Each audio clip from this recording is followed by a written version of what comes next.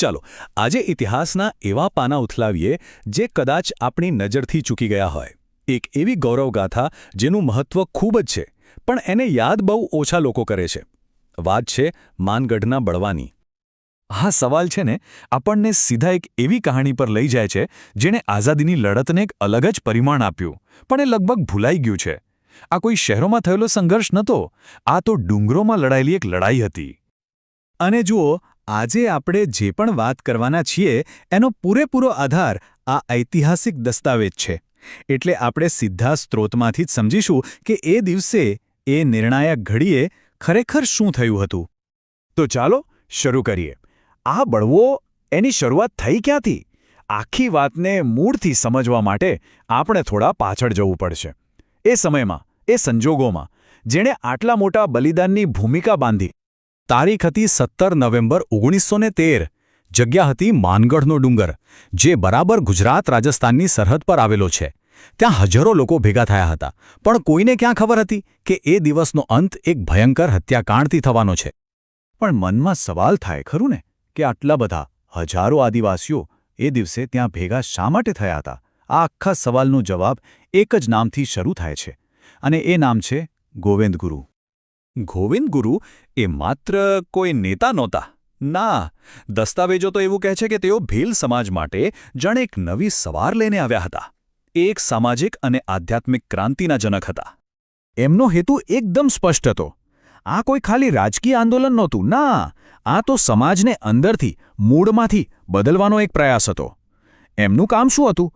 લોકોને વ્યસનોમાંથી, ખોટા રિવાજોમાંથી બહાર કાઢવા. અને સૌથી અગત્યનું, તેમનામાં આત્મસન્માન જગાડવું, જેથી તેઓ જાતે જ પ્રગતિના રસ્તે આગળ વધી શકે. અને ગોવિંદ ગુરુના આ વિચારોની અસર જબરદસ્ત થઈ. લોકો જોડાતા ગયા, અને આ આખી ચળવળનું, આ નવી જાગૃતિનું કેન્દ્રબિંદુ બન્યો પેલો માનગઢનો ડુંગર. હજારો લોકો ત્યાં ભેગા થયા હતા, અને બધાના દિલમાં એક જ સપનું હતું, એક જ આશા હતી કે અંગ્રેજો અને સ્થાનિક રાજા-રજવાડાના શોષણમાંથી હવે મુક્તિ મળે. એટલે કે આ મેળાવડો માત્ર ભીડ નહોતી, એ તો એમના આઝાદીના સપનાનું એક જીવંત સ્વરૂપ હતું. બધું બરાબર ચાલી રહ્યું હતું, એક શાંતિપૂર્ણ મેળાવડો હતો, પણ એનું પરિણામ અત્યંત દુઃખદ આવ્યું. અહીંથી જ આખી વાત એકદમ પલટાઈ જાય છે, એક બહુ જ કરુણ વળાંક લે છે. પરિસ્થિતિ જુઓ, એક બાજુ કોણ હતું? હજારો નિશસ્ત્ર ભીલ આદિવાસીઓ, જે ફક્ત પોતાના હક અને સન્માન માટે ભેગા થયા હતા, અને એમની સામે બીજી બાજુ હતી બ્રિટિશ ફોજ અને સ્થાનિક રજવાડાઓની તાકાતવર સેનાઓ.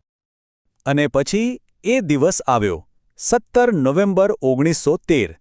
આ સંયુક્ત સેનાઓએ માનગઢના ડુંગરને ચારે બાજુથી ઘેરી લીધો, અને પછી ત્યાં ભેગા થયેલા લોકો પર સીધો ગોળીબાર શરૂ કરી દીધો. પરિણામ ભયાનક. આંકડો સાંભળજો, 1200થી પણ વધુ, 1200થી પણ વધારે આદિવાસીઓ એ હુમલામાં શહીદ થયા. આ માત્ર એક આંકડો નથી, એ દિવસે થયેલી ક્રૂરતાનો આ જીવતો જાગતો પુરાવો છે. તો પછી શું થયું? આટલો મોટો હત્યાકાંડ થયો તો શું બધું ખતમ થઈ ગયું? શું આંદોલન દબાઈ ગયું? ના, બિલકુલ નહીં. આ ઘટનાની અસર તો ઘણી ઊંડી હતી અને લાંબા સમય સુધી ટકી રહી. હા, એ વાત સાચી કે ઘટના પછી તરત જ ગોવિંદ ગુરુની ધરપકડ કરી લેવામાં આવી.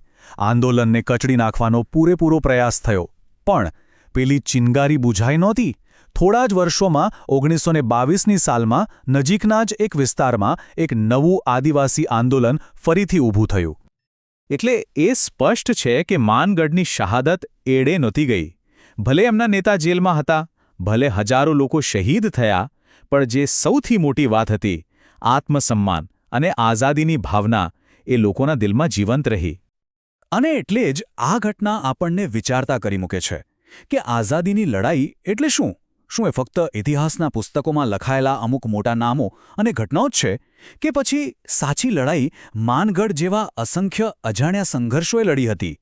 કદાચ આ બધા સંઘર્ષોએ મળીને જ ભારતની આઝાદીનો સાચો પાયો નાખ્યો હતો. આ એક એવો સવાલ છે જે ખરેખર ઇતિહાસને જોવાની આપણી આખી દ્રષ્ટિ બદલી શકે છે.